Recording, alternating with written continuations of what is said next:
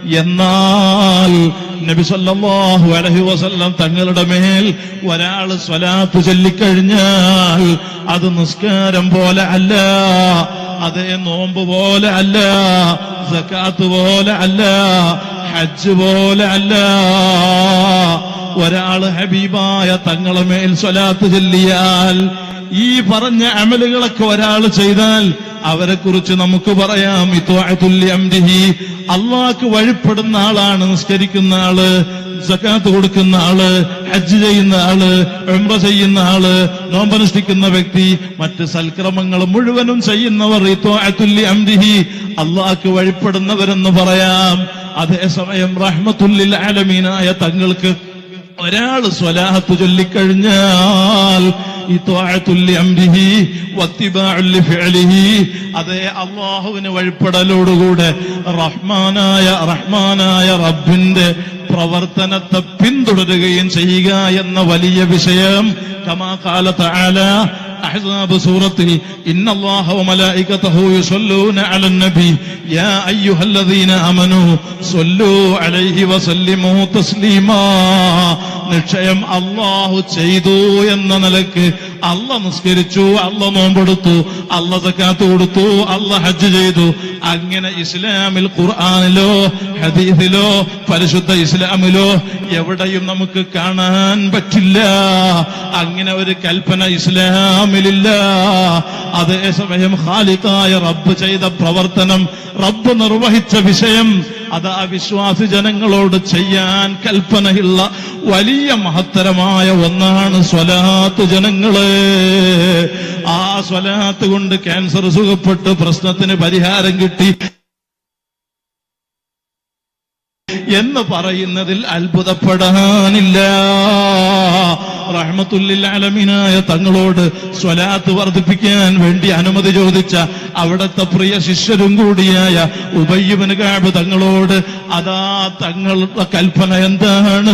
എന്റെ ഫർളായ അമാലുകൾ കഴിഞ്ഞാൽ ബാക്കി എനിക്കുള്ള മുഴുസമയങ്ങളും, ബാക്കി കിട്ടുന്ന ലഭ്യമാകുന്ന മുഴുസമയവും ഞാൻ തങ്ങൾക്ക് വേണ്ടി സ്വലാത്ത് ചൊല്ലാൻ, അവിടത്തേക്ക് സലാം പറയാൻ തീരുമാനിച്ചു കഴിഞ്ഞു, ഉറപ്പിച്ചു കഴിഞ്ഞു, പ്രതിജ്ഞ ചെയ്തു കഴിഞ്ഞു. റഹ്മത്തുൽ ലിൽ ആലമീനായ തങ്ങളതാ ഉബയ്യ് ഇബ്നു കഅബ് റളിയല്ലാഹു അൻഹുവിനോട് പറയുന്നു, എന്നാൽ മോനെ ഉബയ്യേ, ഖാൽ ഇദൻ യക്ഫീക ഹമ്മുദ് ദുനിയാ വഹമ്മുൽ ആഖിറ, നിങ്ങളെ ദുനിയാവിലെ ആഖിറത്തിലെ സകലമാന പ്രശ്നങ്ങൾക്കും സ്വലാത്ത് പരിഹാരമാണ് കേട്ടോ. എന്നാൽ ബായാറ് സ്വലാത്തിൽ രോഗം സുഖപ്പെട്ടതിനേക്കാൾ, ജാറത്തിങ്ങൽ സ്വലാത്തിൽ രോഗം സുഖപ്പെട്ടതിനേക്കാൾ നാം വലിയ സന്തോഷത്തോടെ കാണുന്നത് എത്രയോ ആയിരക്കണക്കിന് മുസ്ലിം ചെറുപ്പക്കാർ വെള്ളിയാഴ്ച ജുമുഅ നിസ്കാരം പോലും നിർവഹിക്കാതെ, റമദാനിൽ നോമ്പനുഷ്ഠിക്കാതെ, താൻ തോന്നിയായി ഒരു നേതൃത്വത്തെയും അനുസരിക്കാതെ സ്വീകരിക്കാതെ അവരങ്ങനെ കറങ്ങി നടക്കുന്ന നിവാസങ്ങളിൽ ലഹരിയുമായി ബന്ധപ്പെട്ട് നാട്ടുകാർക്കും കുടുംബത്തിനും ഭീഷണിയാകുന്ന അവസ്ഥയിൽ ജീവിക്കുന്ന എത്രായിരം ചെറുപ്പക്കാരാണ് ഉപ്പാപ്പ റസൂലുള്ളാഹി സ്വല്ലല്ലാഹു അലൈഹി വസല്ലം തങ്ങളെ സ്വലാത്ത് കൊണ്ട് ഹിദായത്തിന്റെ വഴിയിലെത്തിയത്.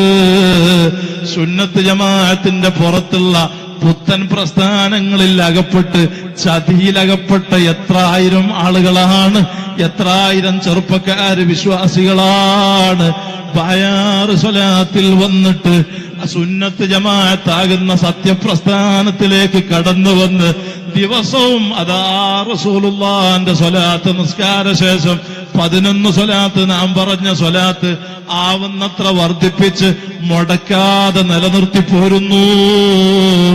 നമുക്കത് വലിയ സന്തോഷമാണ്. ബായാറ് സ്വലാത്ത് നടത്തുന്നത് ഒരു ഭൗതിക താല്പര്യങ്ങളും ലക്ഷ്യം വെച്ചിട്ടല്ല.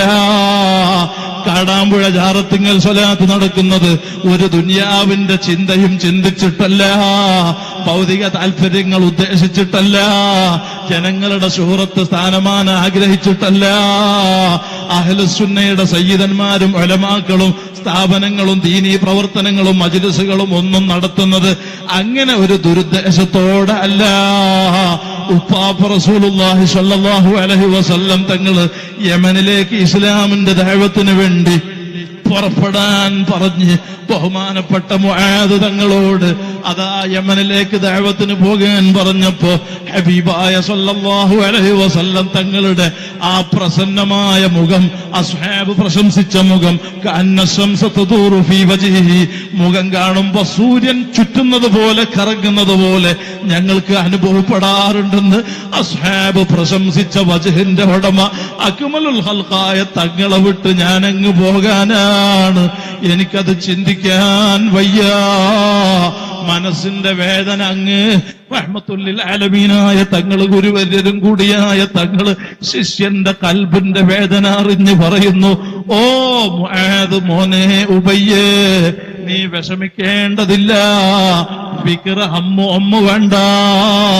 ലഅൻ യഹ്ദിയല്ലാഹു ബിക റജുലൻ വാഹിദ ഖൈറുൽ ലക മിനദ് ദുനിയാ വമാ ഫീഹാ. ഓ മുആദ്, നിങ്ങളുടെ ദഅവത്ത് കാരണം, പ്രബോധനം കാരണം, നിങ്ങളുടെ ഭാവം കാരണം, നിങ്ങളുടെ ജീവിതം കാരണം, നിങ്ങളുടെ പെരുമാറ്റം കാരണം ഒരാളെങ്കിലും സത്യമതമാകുന്ന ഇസ്ലാം പുൽകിയാൽ, സന്മാർഗത്തിലേക്ക് കടന്നു വന്നാൽ, ഖൈറുൽ ലക മിനദ് ദുനിയാ വമാ ഫീഹാ,